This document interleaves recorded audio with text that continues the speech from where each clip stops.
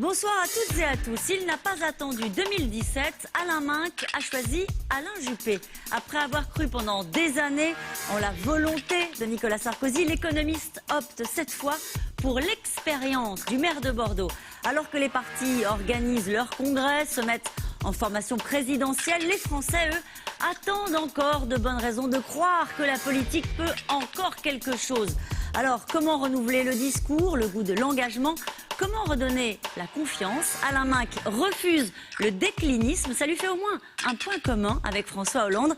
Mais il en a d'autres. C'est le parti pris de Karl Meus, rédacteur en chef au Figaro Magazine. Vos questions, vos commentaires par SMS au 41 555 ou sur les réseaux sociaux avec le hashtag C'est Politique.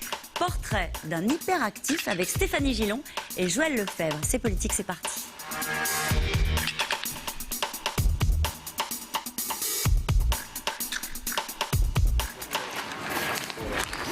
Oui, ben, ça attendra. Hein. Ok, d'accord. Ça attendra. C'est l'heure du tennis. Dans l'agenda d'Alain Minc, le tennis, c'est 4 à 5 fois par semaine. Alors tant pis pour les puissants. Ils patienteront. J'ai un âge où je régresse partout, sauf en tennis où je progresse. Donc je suis très attaché à cette dans la vie, on ne fait pas pour gagner. Je fais tout pour gagner, mais je gagne vraiment pas toujours. Il se bat sur chaque point. Il est incroyable, il n'est jamais battu. Il est comme dans la vie. On croit qu'il est à 2 mètres de la balle et il la renvoie. C'est un plaisir. Il est bien, c'est un gagnant. Il est bien. Puis vous voyez, il est en sueur, il est tout jeune, il est en sueur. Ça, c'est exactement ça. Vas-y. Mais comment faire pour concilier activité sportive intense et agenda surbooké? 7h30 le matin, il n'y a pas trop de concurrence. Et l'heure du déjeuner, ça vous évite un déjeuner d'affaires, il n'y a rien de mieux. Très matinal, quand il ne joue pas au tennis à l'aube, le conseiller des grands patrons et des présidents ne fait pas la grasse matinée pour autant. Premier rendez-vous, 7h30 pour les plus motivés, dans son immense bureau, sous le regard de Samuel Beckett. C'est tout le Gotha parisien qui a défilé. Il y a cette photo-là que j'aime beaucoup, parce que je trouve qu'avoir un type dont le regard est tellement intelligent qu'il vous scrute du matin au soir, ça fait pas de mal. Ça, c'est plus rigolo, si ça vous amuse. En fait, c'est bizarre, c'est François Pinault qui m'a offert Staline. Voilà. Bon. Il y a eu beaucoup de passages dans ce bureau? Il y a beaucoup de passages, oui, c'est comme chez un dentiste. Mais je vous dirai pas qui. Chez un psy? Ou chez un curé, ou c'est comme un confessionnal. Non, je vous dis un curé ou un psy. Un curé ou un psy qui distille ses conseils à prix d'or à quelques puissants clients capables de s'offrir l'abonnement Minc. Ils sont nombreux à avoir l'abonnement Minc? J'ai eu une quinzaine de brebis. Des brebis? Pourquoi vous les appelez brebis? Parce que c'est mon petit troupeau affectif. Tel un berger donc, Alain Minc montre le chemin. S'appuyant sur ses réseaux, jeudi à l'ambassade d'Espagne, il avait même rendez-vous avec un roi.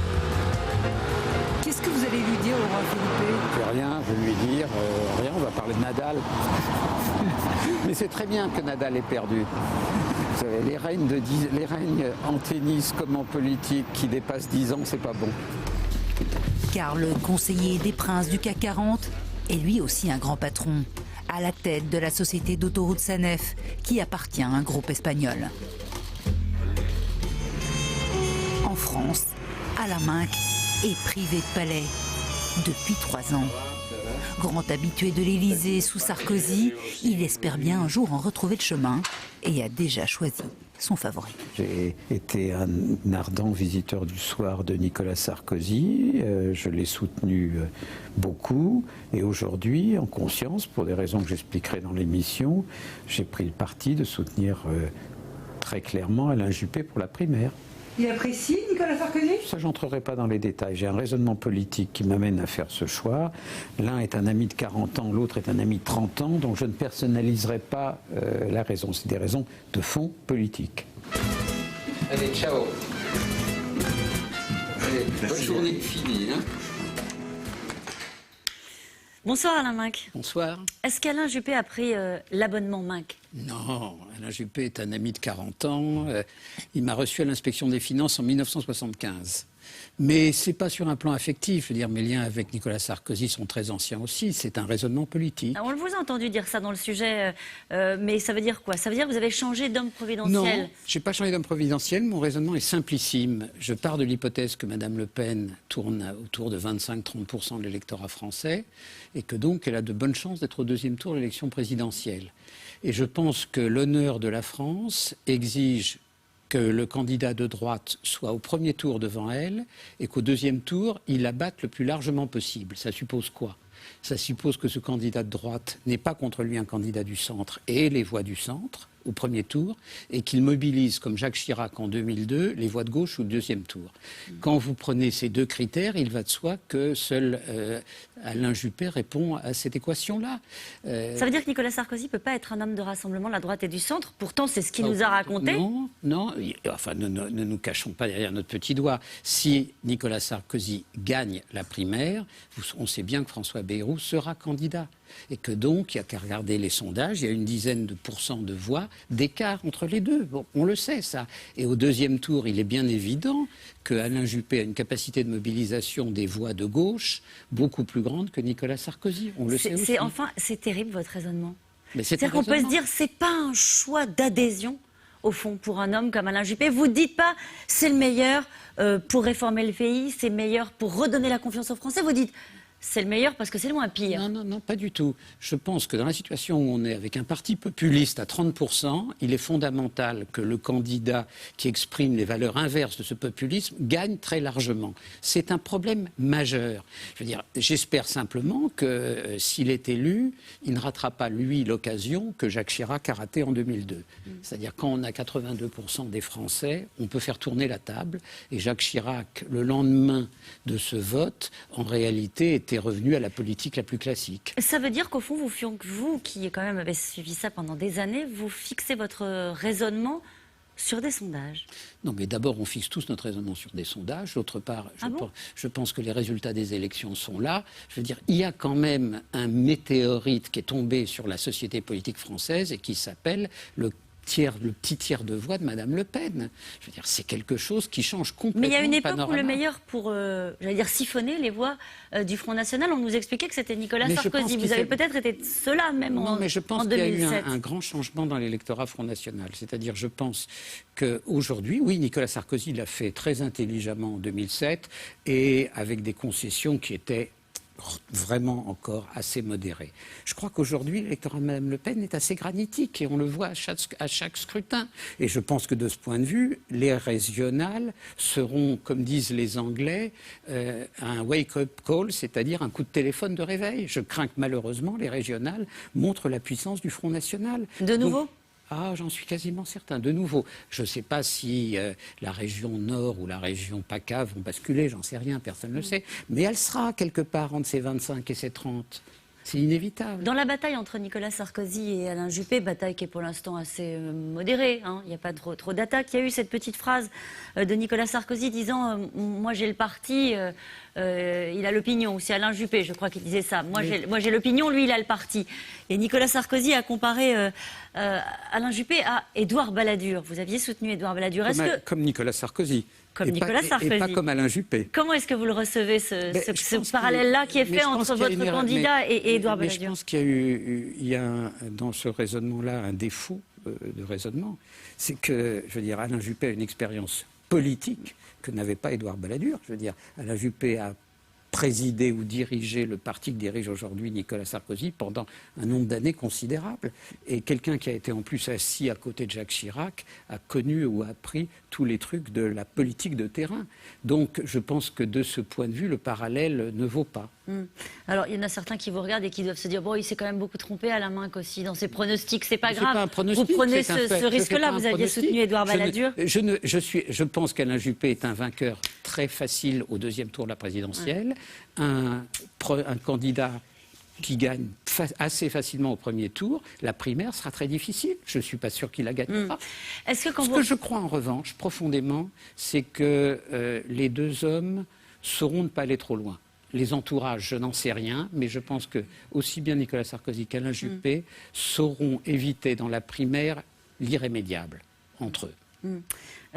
Vous avez suivi la fondation des Républicains, congrès fondateur la semaine dernière. Alain Juppé a été sifflé. À un moment donné, est-ce que vous ne faites pas comme lui, au fond, dans le commentaire qu'on a depuis ce début d'émission, vous enjambez un rendez-vous qui sera d'abord un rendez-vous face aux militants? Pas face aux militants, face aux Français, c'est tout le problème. Enfin, si c'était face aux militants, il n'y a pas de primaire. Nicolas Sarkozy la gagne. Face aux sympathisants de droite, mais c'est tout le sujet. S'il y a 500 000 électeurs ou 1 million d'électeurs, Nicolas Sarkozy gagne. S'il y a 2 millions ou 2,5 millions d'électeurs, c'est certainement plus équilibré. Si on a 3 ou 4, je pense qu'Alain Juppé gagne. Je pense qu'aujourd'hui, la classe politique a inventé à bon droit les primaires, mais n'en a pas encore compris l'exacte logique. C'est quoi l'exacte logique de la primaire? C'est de mobiliser les électeurs marginaux, c'est-à-dire d'amener à voter au-delà du cercle de famille. Et on le verra, et je pense qu'il y aura beaucoup de votants. Pourquoi?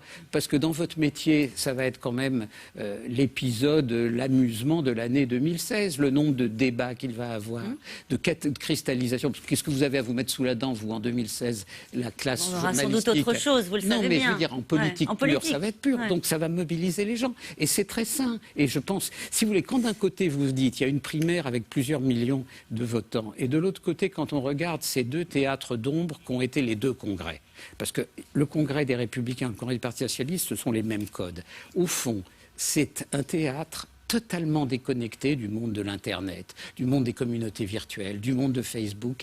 On est aux antipodes. D'ailleurs, comme c'est un théâtre qui ressemble à un théâtre d'ombre, les acteurs sont obligés de surjouer. Alors ça aboutit d'un côté à dire que François Hollande est d'une médiocrité abyssale et de l'autre côté à dire que Nicolas Sarkozy est un problème pour la France. Ça vous a choqué cette phrase de la part du Premier ministre? Profondément.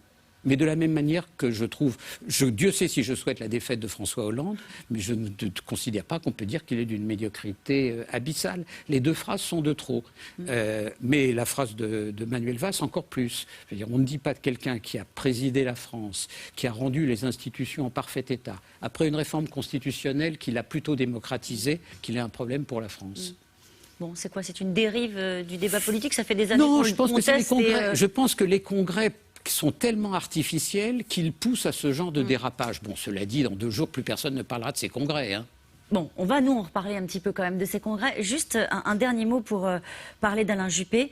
Est-ce que vous trouvez, je vous ai posé la question un petit peu rapidement au début de l'émission, c'est le meilleur pour changer le pays? C'est le meilleur pour redonner la confiance? C'est le meilleur pour quoi? À part pour éviter l'arrivée au pouvoir du Front National. Le programme économique, puisqu'il s'agit d'économie, du candidat de droite sera à peu près le même, que ce soit Alain Juppé, Nicolas Sarkozy ou quelqu'un qui a bâti un programme mais qui est hors jeu, qui est François Fillon. Pourquoi? Parce que ce programme, il est le fruit, en réalité, de la situation actuelle. Donc le programme, on le met en 5 phrases, on le sait tous. Enfin, c'est quoi? Ce ne sera pas un enjeu, au fond, non, mais entre eux. Ça ne peut pas être un enjeu. Il faut allonger l'âge de la retraite, repousser l'âge de la retraite. Il faut rendre aux entreprises la négociation sur les 35 heures. Il faut probablement augmenter la TVA pour baisser les charges sur les entreprises. Et il faut flexibiliser le marché du travail. C'est de l'évidence. Ça ne sort pas du cerveau d'Emmanuel Kant. Hein.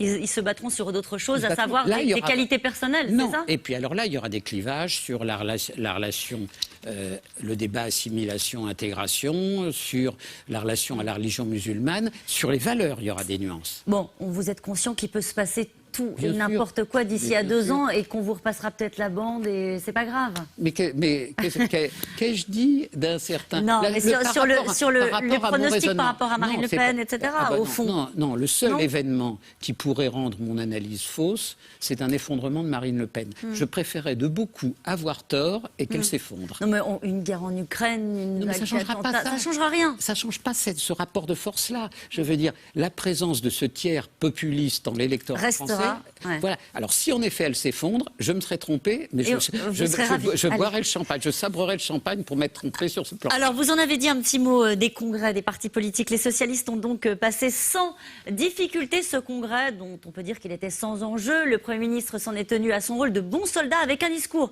d'une loyauté sans faille vis-à-vis du président et une injonction à ne rien changer pour les 2 ans qui viennent. Pas d'inflexion de la ligne politique, à part quelques messages appuyés quand même à la gauche de la gauche et la poursuite des réformes autant que possible. Reportage Maxime Vauthier et Dominique Lemarchand. Ce 77e congrès du PS, c'était un peu son congrès à Manuel Valls. Il était très attendu par les journalistes,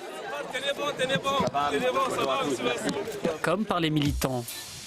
À lui, le chef du gouvernement, de montrer la voie idéologique à des socialistes parfois en quête de repères. Il faut changer les structures du pourquoi. Là, on a peut-être été, sur ces 3 dernières années, éparpillés dans la confusion, certains conditionnels, mais à la traîne derrière, d'autres en contre. Je pense que maintenant, il faut qu'on ait un rôle qui soit vraiment clarifié aussi, que tous les militants soient en mesure d'expliquer ce que fait le gouvernement et d'être solidaires de ses politiques. Face à ces militants, Manuel Valls est donc venu assumer ses responsabilités et vanter, malgré une courbe du chômage toujours ascendante, l'action de son gouvernement sur le front économique. Grâce au programme d'investissement d'avenir qui engage des financements massifs au service de la recherche et de l'innovation, grâce au crédit d'impôt recherche, reconnu, n'est-ce pas Alain, et salué partout dans le monde, grâce à la Banque publique d'investissement qui met la finance au service de l'économie réelle, grâce enfin à tout le potentiel du numérique, le label French Tech fait d'ores et déjà de la France la championne des jeunes pousses inventives. Nos compétences sont reconnues dans le monde entier. Oui, notre politique vise à redresser le pays et à redonner de la force aux entreprises parce qu'elles créent de la richesse et ainsi on peut créer de l'emploi. Dans la salle plénière, le Premier ministre a clairement acté le virage social-démocrate cher au président de la République et a tracé la voie du gouvernement pour les 2 années à venir, la voie de la réforme. Il faut agir, c'est notre mission. Et je veux, c'est un message important, que nous regardions vers l'avenir avec confiance. Nous poursuivons ce grand mouvement que nous avons engagé et nous allons réussir. En accompagnant la création d'emplois dans les TPE et les PME, en levant ce qui peut freiner l'embauche encore, et dès mardi, après une réunion autour du président de la République, je présenterai de nouvelles mesures. En présentant aussi une grande loi sur le numérique qui nous permettra de poursuivre sur le chemin de l'innovation. En engageant, c'est une attente des Français, le prélèvement à la source de l'impôt sur le revenu, première étape d'une modernisation de notre imposition. Vive la République et vive la France! Le cap du gouvernement fièrement maintenu pour les prochains mois, sans réelle inflexion, en dépit des attentes de certains militants. Vous pensez qu'il est sur la bonne route? Je pense pas, non. Je pense pas. Je pense qu'il aurait fallu, il faut vraiment se tourner vraiment vers les catégories les plus défavorisées et nous expliquer qu'il faut qu'il y ait un redressement économique pour pouvoir redistribuer ensuite. Je pense qu'il est un peu tard pour le dire. Si certains socialistes sont toujours partagés quant à la ligne politique définie, les membres du gouvernement, eux, se montrent unis derrière l'action de leur Premier ministre. Le gouvernement réforme, c'est un gouvernement de transformation du pays qui porte des réformes difficiles et le Congrès a soutenu, encouragé l'action gouvernementale qui est diverse. Et donc nous n'allons pas infléchir notre ligne pour le progrès social. Le congrès de Poitiers n'était pas seulement celui du Parti socialiste et de Manuel Valls. Le Premier ministre a également longtemps fait applaudir le président de la République. Je suis persuadé que François est en train de vous entendre. Une ovation et un parti peut-être enfin soudé derrière le couple exécutif. Bon, Manuel Valls fait clairement applaudir François Hollande. Ça veut dire que pour le coup, à gauche, il n'y a aucune incertitude sur la tête d'affiche et sur le candidat. Ce sera François Hollande. Il y a un homme que Manuel Valls aurait dû faire applaudir par le Congrès socialiste. Il s'appelle Mario Draghi. C'est-à-dire, qu'est-ce qui permet aujourd'hui au gouvernement socialiste d'espérer passer entre les gouttes jusqu'à la fin du quinquennat? C'est tout simplement la politique de la Banque centrale européenne. Je veux dire, la personne auquel les socialistes doivent être reconnaissants, vis-à-vis de laquelle ils doivent être reconnaissants, c'est le président de la BCE. Alors, j'imagine pas Vous entendez qu'il n'y a aucune réforme qui a été conduite par ce gouvernement-là qui a permis d'impacter un peu sur la croissance? Je pense que à partir du changement de pied de François Hollande, des réformes ont été conduites pour essayer d'effacer les erreurs du départ.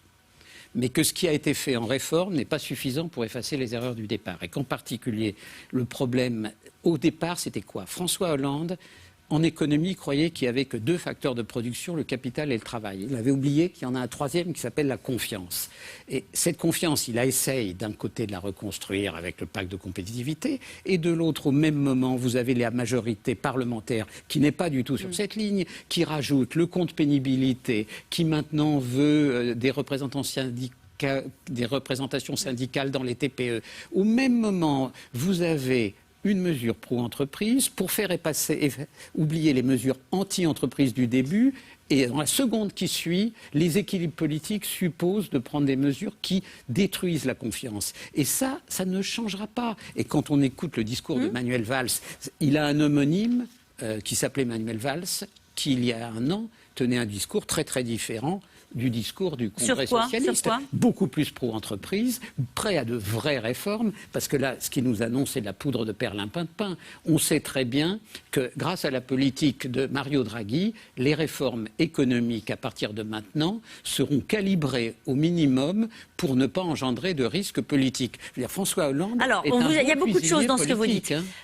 Vous dites en gros, les réformes, pendant 2 ans, est-ce qu'ils vont pouvoir les faire? On nous parle du prélèvement à la source sur l'imposition. Est-ce que ça, par exemple, vous considérez que c'est de la poudre de perlimpinpin? Mais je pense que d'abord, ils vont faire voter le principe. Techniquement, ils n'arriveront pas à le faire. Ils n'y arriveront pas. En plus, le vrai problème, ce n'est pas le prélèvement à la source, c'est la fiscalité en tant que telle. S'ils font la retenue à la source pour que ça se traduise à terme par une fusion de la CSG et de l'impôt sur le revenu, c'est-à-dire un alourdissement de la charge fiscale sur les classes moyennes, bonjour les dégâts électoraux pour François Hollande. Mais ça, c'est sa responsabilité. Deuxième élément dans ce que vous venez de dire, la reprise, elle est là. On nous dit, elle arrive la reprise. Et c'est pas simplement François Hollande ou Manuel Valls.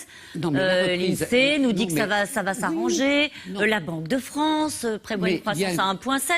C'est grâce à François Hollande? Non, c'est grâce à Mario Draghi, d'une part, et à la Providence, d'autre part, qui a fait baisser le prix du pétrole. Donc en réalité, la France aura une petite reprise, mais quand même, ça sera une des premières fois où nous allons avoir une croissance inférieure à celle de la moyenne des pays de l'Union européenne. Et ça, la différence, ça s'appelle la confiance. Je pense qu'en effet, à un moment, la courbe du chômage finira par vaguement s'inverser, fût-ce à coup d'emploi aidé ou parce qu'il y aura quand même des créations d'emplois. Mais la voiture marche frein serré parce que, moi je pense que François Hollande, Manuel Valls et évidemment Emmanuel Macron ont une vision beaucoup plus pro-entreprise. Mais ils sont faits aux pattes par la majorité parlementaire et puis par les équations politiques liées au désir de réélection de François Hollande. Justement, vous dites qu'il y a eu une inflexion du discours. Est-ce que pendant les 2 années qui viennent, vous redoutez des gestes à la gauche du Parti socialiste? Est-ce qu'on est dans ce temps-là? Oui, il va en faire, mais comme c'est un bon cuisinier, il va mettre un peu de poivre, un peu de sel, un peu de gestes à la gauche, quelques profos quand même pour ne pas trop se fâcher avec les entreprises. Mais qu'est-ce qu'ils disent les patrons? Les patrons, vous les voyez au quotidien, les patrons? Vous savez, les très grands patrons, l'essentiel de leur profit se fait hors de France. Donc, ils sont comme citoyens, ils peuvent avoir une opinion, mais la vie de leur boîte n'est pas trop en cause.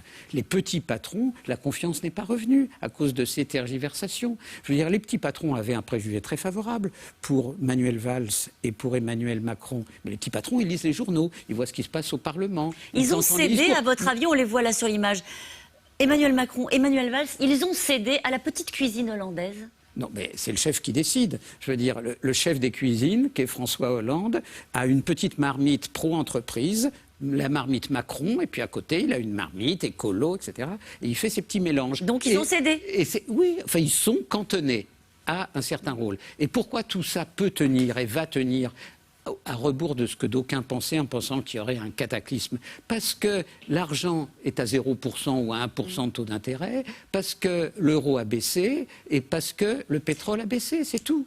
Alors, des résultats économiques, il ne doit qu'à Mario Draghi, des sondages qui sont très mauvais vis-à-vis des Français, avec une cote de confiance qui reste enquistée. Malgré tout, François Hollande, est-ce que vous le voyez en situation, malgré tout, de l'emporter? D'abord, je pense Est-ce que vous y pensez à ça? Quand vous voyez le congrès du Parti socialiste, au fond, où on acclame celui qui était critiqué il y a encore un an, il a mis en ordre sa famille politique, on dit tiens, revoilà la croissance. Au final, il a la baraka peut-être, François Hollande. Alors, d'abord, je pense que François Hollande est convaincu qu'il a un contrat avec la Providence. et qu'elle vient toujours à son secours. Et d'ailleurs, de manière générale, elle est assez sympa avec lui. Que ça aille du Sofitel à la primaire aux erreurs qui ont pu être faites par ses adversaires ou aujourd'hui au contexte économique. Donc il pense que sa vieille compagne, la Providence, va l'aider. Une fois qu'on a dit ça, je crois que la gauche est quand même moins faible qu'on ne le dit. D'ailleurs, on voyait bien qu'elle faisait un gros tiers des voix aux dernières élections. Je pense que le score présidentiel de François Hollande, c'est pas 15-16%. La gauche, elle existe. L'histoire a ses pesanteurs. Donc je pense que François Hollande, en réalité, n'est pas... Si il y a un candidat du centre, on revient toujours à cette équation-là, à mon avis, François Hollande a un tout petit espace. Donc en fait, il a un petit espace si Nicolas Sarkozy est candidat. De toute façon, vous ne pouvez pas rencontrer un type qui travaille à l'Élysée qui ne vous dise pas ça. Je veux dire, il n'y a pas plus sarkozyste politiquement que l'équipe Hollande. Ils veulent Nicolas Sarkozy parce qu'ils considèrent que c'est la chance de François Hollande. Mais vous savez ce que veulent les Français? En tout cas, ce qu'ils disent dans les enquêtes. Ils veulent ni l'un ni l'autre. Ils veulent des nouvelles têtes. Ils veulent des nouveaux partis. Ils veulent des nouvelles manières de faire de la politique et ils veulent même des nouvelles recettes. Comment est-ce qu'on répond? Vous en parlez d'ailleurs dans votre livre, Le mal français n'est plus ce qu'il était, sur cette crise de la représentation politique. Écoutez, je trouve que c'est très intéressant de regarder ce qui se passe en Espagne. Pas tellement à cause de Podemos. Podemos, c'est une espèce de Syriza espagnole, pour une part liée au réflexe anticorruption. Mais il y a un autre parti qui a fait quand même 12% des voix, qui s'appelle Nous les citoyens, qui est intéressant parce que idéologiquement, il est pro-européen, libéral, économie sociale de marché, quelque part entre Angela Merkel et disons, Emmanuel Macron. Mais il met en cause les appareils politiques, c'est-à-dire il rebondit sur la société civile. Or, c'est une forme de populisme, mais c'est le premier populisme qui, idéologiquement, est à l'intérieur de ce que j'ai appelé autrefois, expression qui m'a été tant reprochée, le cercle de raison. Et c'est en ça que c'est une expérience intéressante. Les partis politiques classiques sont en réalité... Enfin, une comparaison n'est pas raison, mais il y a un côté secte du Temple du Soleil. Pourquoi sectaire ? Secte du Temple du Soleil, je veux dire, quand vous pensez que vous avez d'un côté quelques dizaines de milliers de membres qui votent et qui représentent une tendance politique qui, au deuxième tour de la présidentielle, fait 17 millions de voix. Je veux dire, les partis de masse ne réapparaîtront jamais. C'est normal. La société est individualiste. Vous parlez un petit peu comme... ça va vous surprendre, Arnaud Montebourg. Il a fait une tribune aujourd'hui dans le JDD et il évoque, alors lui il dit « je veux plus vivre de la politique » et il y a une dénonciation de la prise d'otage du pouvoir par les professionnels de la politique dont les Français n'attendent plus grand-chose. Sur ce point-là, au moins, vous êtes sur la même ligne. C'est pas la première fois qu'un texte d'Arnaud Montebourg me choque. Il est rare que des textes d'Arnaud Montebourg ne m'aient pas choqué, mais je trouve ce texte pas très correct. Je veux dire, s'il avait envie de débattre avec ses copains socialistes, il avait qu'à déposer dans leur jargon une motion. Pourquoi pas très correct ? Parce que, alors qu'il démissionne du Parti socialiste, je trouve que c'est le désir médiatique a pris le pas sur autre chose. Et bon, alors Montebourg, il est Montebourg avec la part d'irresponsabilité qu'on lui connaît. En quoi ce texte est irresponsable ? Ce texte est irresponsable parce qu'il parle quand il parle du diktat de Bruxelles, du diktat de Berlin, quand il emploie des mots qui sont des mots qui tournent, alors là c'est comme une machine qui produit des mots très violents. Et à l'arrivée, qu'est-ce qu'on dit ? Il faut baisser l'impôt sur les ménages. Point final. Rien d'autre. Et d'ailleurs, il ne faut le baisser que par un grand accord européen. Je voudrais bien savoir comment on fait des grands accords européens quand on est aussi anti-européen. Ça parle à tout un tas de gens qui vous écoutent. Hein. Comment ? De baisser l'impôt ? Mais il faut avoir le courage de leur dire, mais baisser quel impôt sur les ménages ? Avec quel argent ? Financé par qui ? Par les épargnants américains ? Par le fonds de retraite des instituteurs de Californie ? Qui finance aujourd'hui le déficit français, en réalité, le monde entier. Donc, alors, ce qui est surprenant dans cette tribune, c'est pas tellement Montebourg. Montebourg fait du Montebourg. C'est que Mathieu Pigasse l'ait signé. Parce que lui, il sait quand même comment fonctionne la bagnole, où sont les engrenages. Présentez un peu Mathieu Pigasse pour qu'on comprenne pourquoi ça vous choque. Non, mais Mathieu Pigasse, c'est le patron de la Banque Lazare. Il vit dans cet univers-là. Et donc, lui, il ne peut pas croire un mot de ce qu'il a écrit. Beaucoup d'anciens banquiers dans ce... Voilà. Pourquoi ? Non, mais je sais pas. Non, mais... Il y a Macron, il y a Pigasse, bon, voilà. J'ai une autre phrase que dit Arnaud Montebourg dans cette tribune. Elle est intitulée, on l'a vu, hébété, nous marchons vers le désastre. Et il dit quelque chose qui parle aussi aux gens qui vous regardent et aux gens qui votent. On leur a vendu la rupture ou le changement. Tout président élu commence par aller faire des génuflexions. à Bruxelles et renie en 70 heures ses promesses de campagne. Non, mais d'abord, vous verrez que, à mon avis, ni François Hollande, ni le candidat de droite, ni le candidat du centre, s'il y en a un, ne tiendront ce discours-là. Ils tiendront un discours raisonnablement européen. Ça n'est pas vrai. On fait des génuflexions, on ne fait pas de génuflexions. Je trouve même d'ailleurs que les Allemands ont été d'une indulgence au début de son quinquennat avec François Hollande assez impressionnante. Ils confondent la France et la Grèce. D'ailleurs, si jamais les Grecs sortent de l'euro, ce que je ne souhaite pas, les Français comprendront ce que c'est que sortir de l'euro. Le retour des Grecs à l'âge de pierre, ce sera une sacrée leçon. Il a un destin politique, Arnaud Montebourg, pour terminer là-dessus? Il n'en a jamais eu. Bon, c'est dit. Allez, est-ce que nous sommes entrés, je vous pose la question mais vous allez répondre après, dans la 3e révolution industrielle? C'est ce que pense Jérémy Rivkin. Il est économiste américain, prospectiviste. C'est le nouveau gourou de l'économie mondiale et il nous pousse, lui, à tourner la page. Cap sur le numérique, sur le développement durable, reportage. Sarah Sisman, Guillaume Biraud. Il a beau enchaîner les conférences à travers la planète, c'est toujours avec la même concentration. Jérémy Rivkin, nouveau gourou de l'économie post-capitaliste, s'apprête à délivrer sa prophétie. Monsieur Rivkin, la 3e révolution industrielle est en marche? Absolument. On la voit déjà en France, dans le Nord-Pas-de-Calais, en Allemagne où je conseille la chancelière. Et là, je travaille également avec la Chine. Donc oui, elle est là. La 3e révolution industrielle, un concept qu'il a fait connaître dans le monde entier. Devant un parterre de petits patrons et de représentants de multinationales, il professe la fin du capitalisme, l'avènement d'un nouveau modèle. Nous sommes au crépuscule de la 2e révolution industrielle, basée sur les énergies fossiles. Quand le réseau de communication, Internet, converge avec les nouvelles sources d'énergie et un nouveau réseau de transport, ça bouleverse fondamentalement le marché de l'énergie et des activités économiques. Alors que beaucoup d'industries se sont effondrées, on voit émerger des milliers de nouvelles entreprises, mais aussi des entités à but non lucratif. Ensemble, elles forment la base d'une nouvelle économie collaborative sur le web. Un bouleversement qui connaîtra ses drames. Les entreprises devront s'adapter ou disparaître. Mais Rivkin promet que ce nouveau système générera des emplois pour les 30 prochaines années. Nous devons mettre en œuvre les infrastructures nécessaires à ce grand réseau. En France, par exemple, nous devons isoler chaque immeuble, chaque logement, chaque bureau, commerce, usine, pour les rendre efficaces énergétiquement parlant. Et ensuite, on pourra les transformer en centrales à énergie solaire, éolienne et géothermique. Vous produirez de l'énergie verte là où vous travaillez et là où vous habitez pour un coût marginal nul. J'ai travaillé avec le gouvernement allemand depuis que la chancelière est arrivée il y a 10 ans. En Allemagne, il y a 39 millions de bâtiments. Vous savez quoi? 9 millions ont déjà été isolés et des millions ont été transformés en bâtiments à énergie positive. Cela représente des centaines et des centaines de milliers d'emplois. La révolution est en marche. Bientôt, il n'y aura plus les producteurs et les consommateurs. Chaque personne connectée au réseau sera à la fois l'un et l'autre. C'est la naissance, selon Jérémy Rivkin, du prosommateur.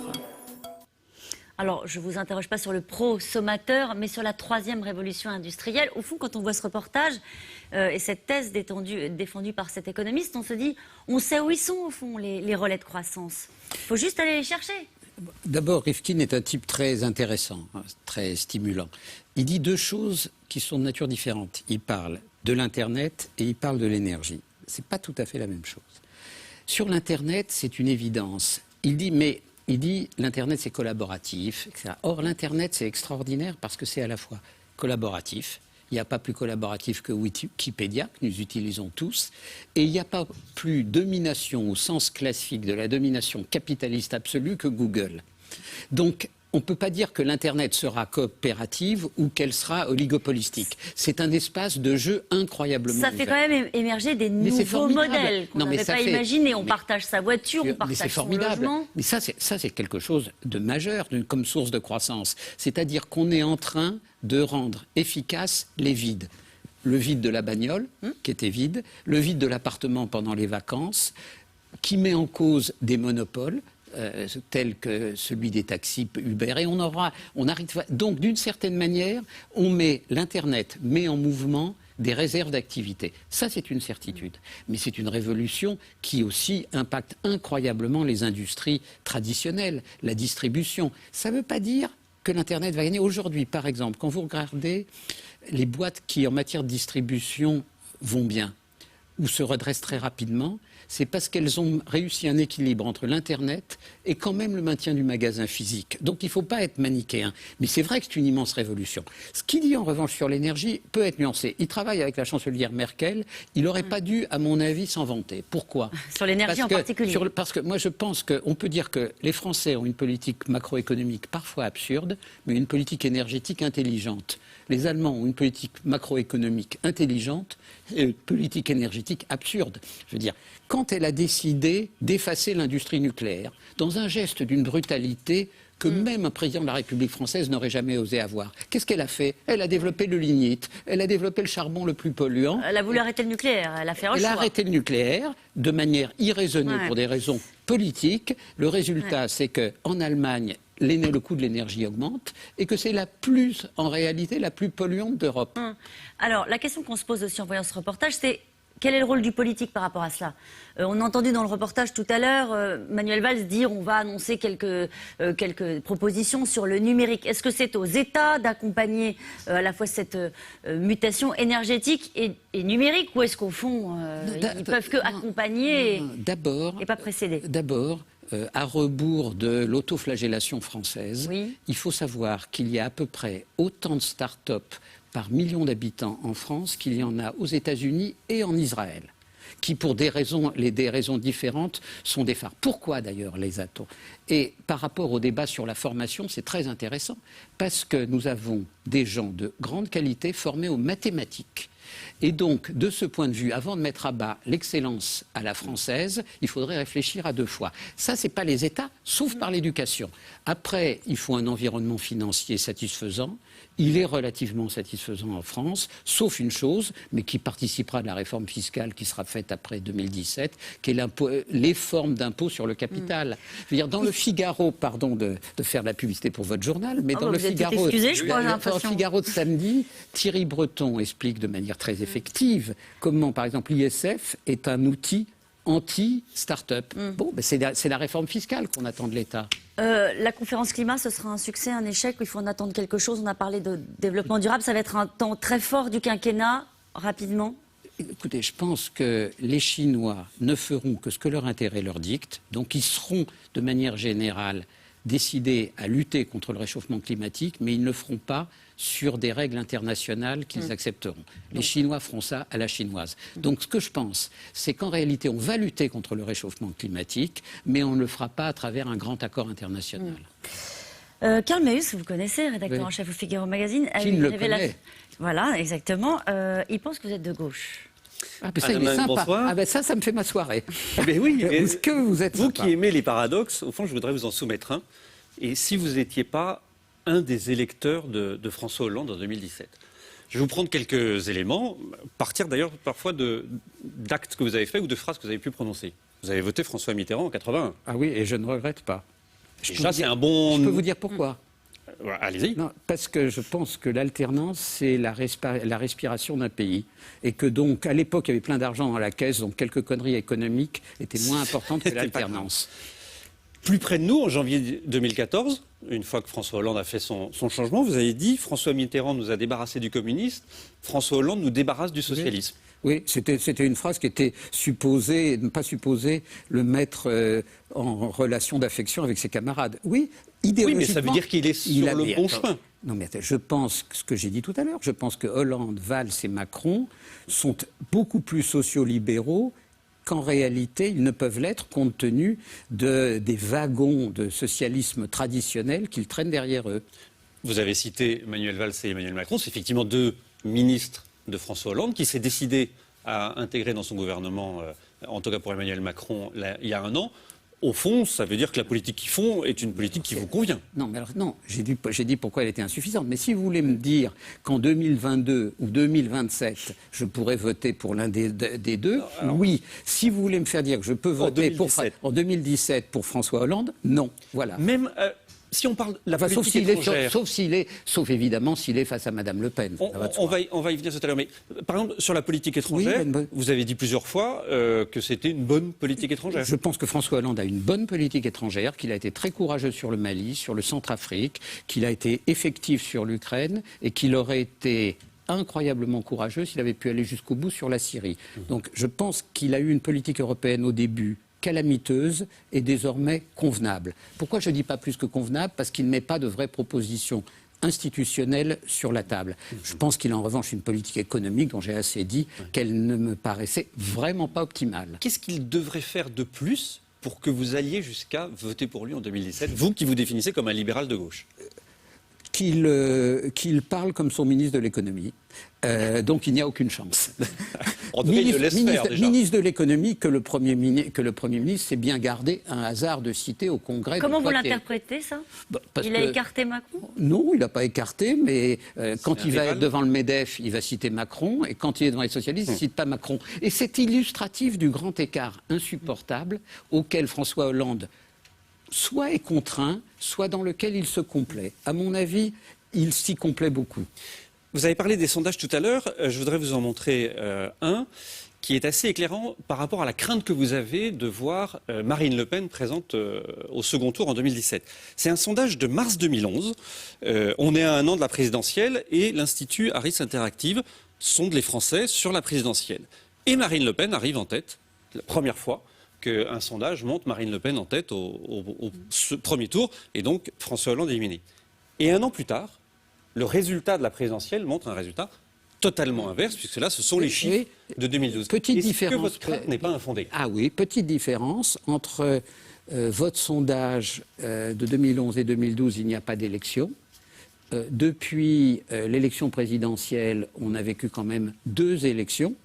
Oui. On en a vécu 3. Les élections locales.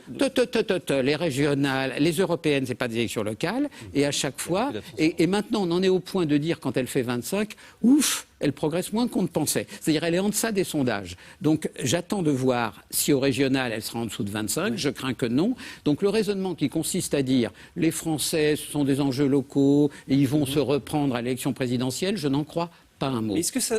Parce que là, on a comparé un sondage un an avant à un résultat électoral avec vraiment la participation des Français après une campagne électorale.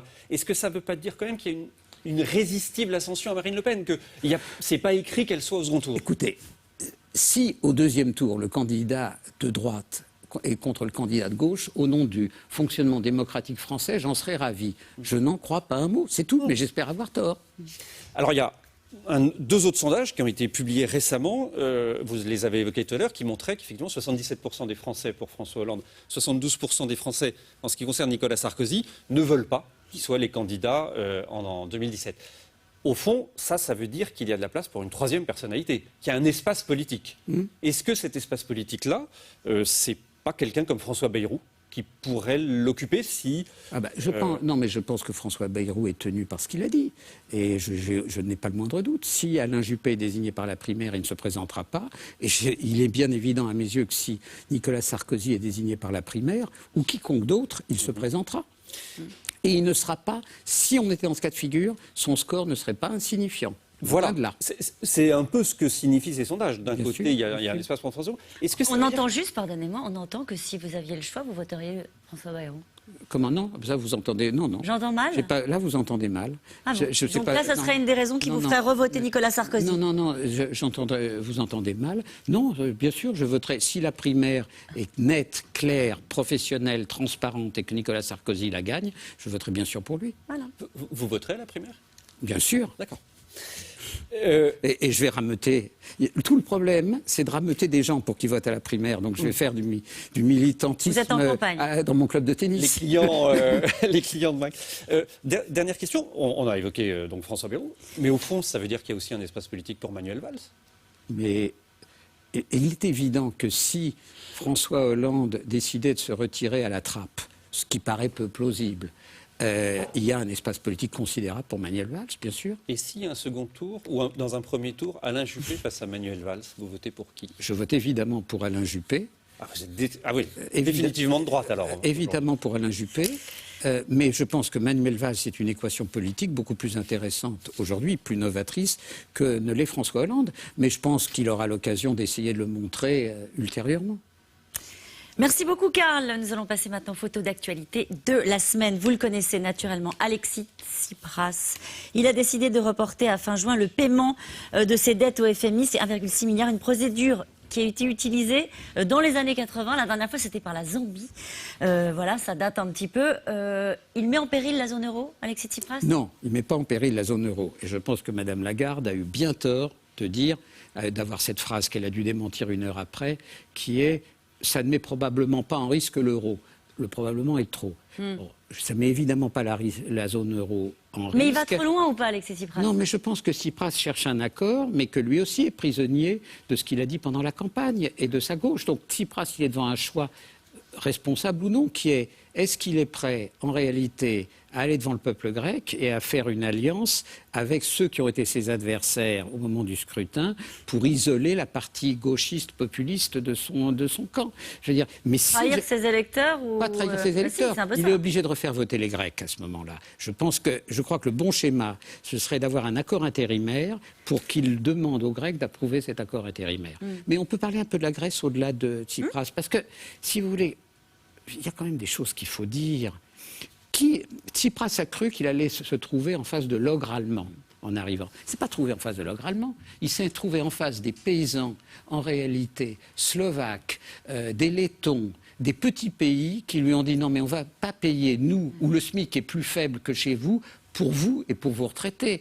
Donc il n'a pas compris que l'Europe, ce n'est pas seulement l'Allemagne et la France. Ce sont des petits pays qui ont fait des efforts considérables. Deuxièmement, on ne veut pas dire quel est le vrai problème grec. Moi, je pense qu'il faudrait faire un deal avec les Grecs qui est on allège votre dette, mais vous nous donnez la responsabilité de votre administration fiscale.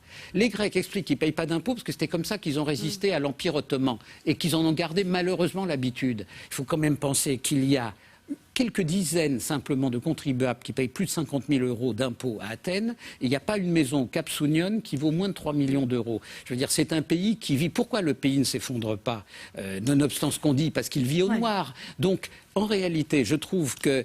Alors, au nom de la souveraineté grecque, on ne peut pas... Donc, il devrait sortir de la zone euro, peu lui, importe. Non. S'il sort, lui, de la zone euro, il ramène son pays, entre guillemets, une forme d'âge de pierre. Nous avons intérêt à montrer que nous sommes prêts à aider. Au fond, les Grecs, il faut les punir, mais avec une sanction... Ils l'ont déjà été, c'est pour ça, mais avec une sanction tenable. Vous remarquerez d'ailleurs que dans la négociation actuelle, ce n'est pas l'Union européenne la plus dure, c'est le FMI. Pourquoi? Parce que le FMI, là aussi, c'est pauvre. Les Zambiens, en réalité, les Congolais, qui disent mais vous faites pour les Grecs qui sont des très riches, ce que vous n'avez jamais fait pour nous. Allez, on avance, si vous le voulez bien. Cette image du pape qui a dénoncé un climat de guerre, il parle d'une espèce de 3e guerre mondiale livrée par morceaux. C'est le pape François qui dit ça lors d'un déplacement à Sarajevo. Vous emboîtez le pas de ce commentaire? Ça vous inquiète que ce soit lui qui parle comme cela? Écoutez, moi qui ne suis pas catholique, j'ai une admiration sans limite pour le pape François, qui montre ce qu'est la politique moderne. Quand vous pensez comment cet homme, avec peu de mots, peu de gestes, a changé l'image de l'Église catholique dans la plupart des pays du monde, c'est impressionnant. Alors, il y a un côté un peu révolutionnaire. On comprend maintenant pourquoi l'Église, pendant 7 siècles, n'a pas voulu élire de jésuites. C'est qu'ils ont un côté trotskiste de l'Église. Mais c'est rafraîchissant. Son commentaire ne l'est pas, hein. Climat de guerre. Mais il parle comme personne. 3e guerre mondiale livrée par morceaux, et il a raison. Vous êtes inquiet du climat ambiant, c'était la question. Bien sûr qu'on ne peut qu'être inquiet du climat ambiant. Et donc, je pense son discours a une force, à cause de sa personnalité, bienvenue. Une dernière image, on en a beaucoup parlé, mais on va en reparler. Manuel Valls, dans un avion, il a fait un vol aller-retour Poitiers-Berlin aux frais du contribuable. J'allais dire parce qu'il aime le foot. Il est allé voir la finale, il paraît que c'était un beau match. Le Barça contre la Juventus de Turin.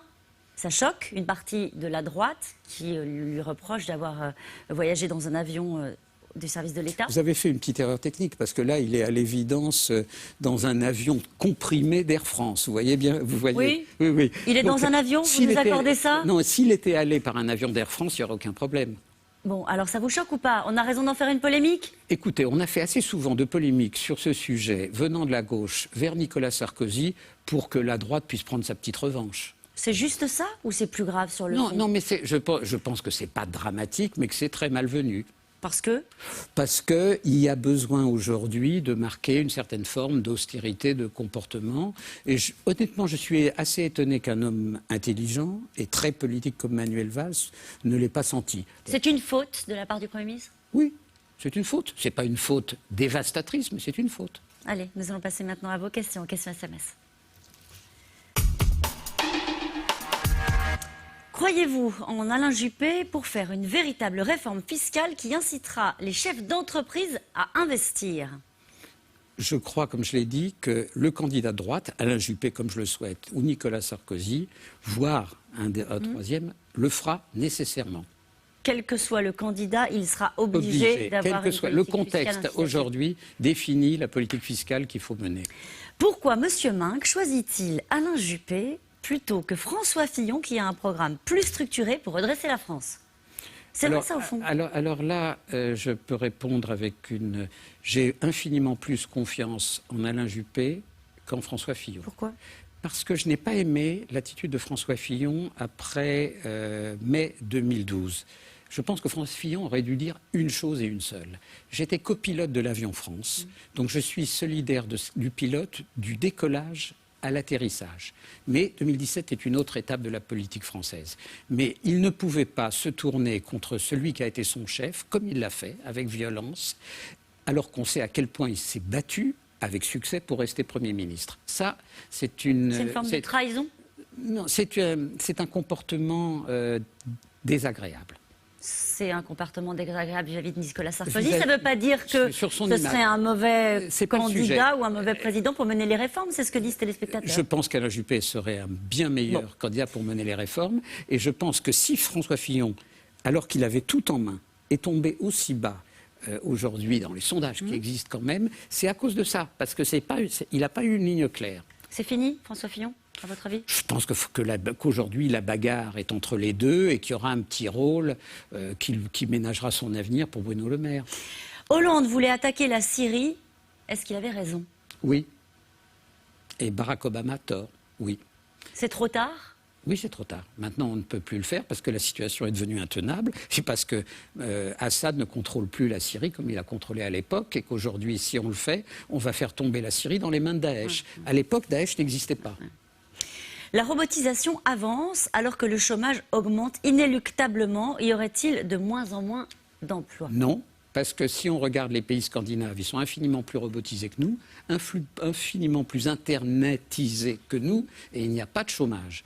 Donc il n'y a pas de relation entre l'automatisation et le chômage. Après, c'est une affaire de bonne politique. Ce qu'il y a, c'est une période de transition.